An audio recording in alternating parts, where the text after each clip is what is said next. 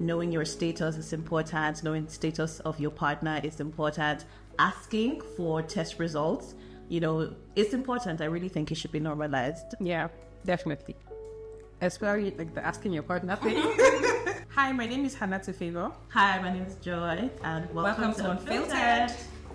Okay, so sometime in December, I had like a little scare where like my menstrual cycle just wasn't cycling. Is this thing where I always say I'm going to do it, but I just never do it. So that kind of just pushed me to doing it, and I tried to do everything the same day. It was very, you have to remove your pants.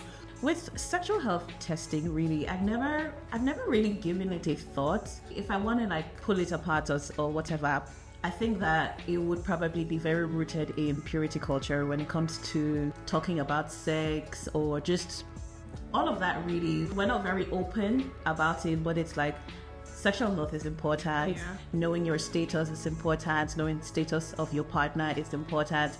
Asking for test results, it's important. I really think it should be normalized. Yeah, definitely. Especially like the asking your partner thing. Interestingly, no.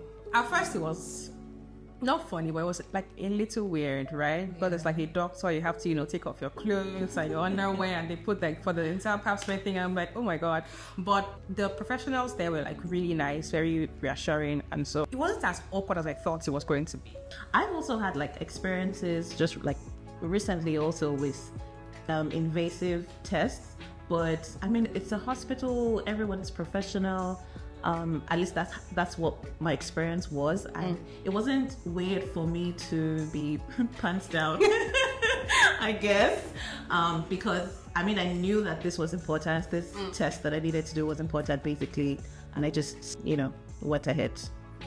But you're dirty. Yeah, that's your dirty. Yes. For me especially, it's just that if you are like in a committed relationship, or if you think you're like in a monogamous relationship, that you should. Interesting. If you are, because that if you're with somebody, whether it's like your boyfriend or your husband, that you shouldn't get tested. But still, that's turned out to be false time and time again. Yeah, I think just to be safe, just test. It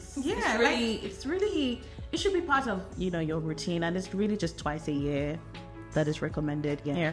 Honestly, just do it. Like, do the testing. Yeah. Don't care about anybody. Like, we're all grown-ups. I think it's very important that we actually do demystify these things, because they feel like they're so big. You feel like you're going to go there, but it's really simple. You can buy self-testing kits and get it. Yeah, absolutely.